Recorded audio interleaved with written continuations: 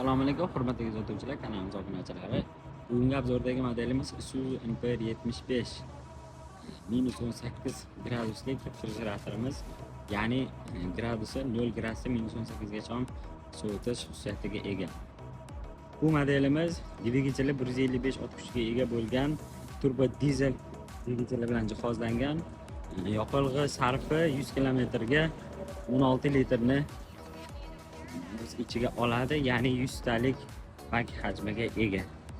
Aynan bu modelimiz kabinasi konditsioner, magnitofon, sentr zamok, yon oynalari elektronik, hamma komfortga ega bo'lgan modelimiz va hozirda o'zgacha dizayn va yangi kuzovda ishlab chiqarilmoqda. Ko'rib turibsiz, kuzovining hajmi uzunligiga 5.20, eniga 2 va bo'yiga salkam 2.1 tashkil qiladi.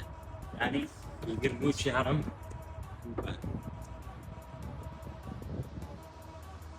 ko'rib turibsiz.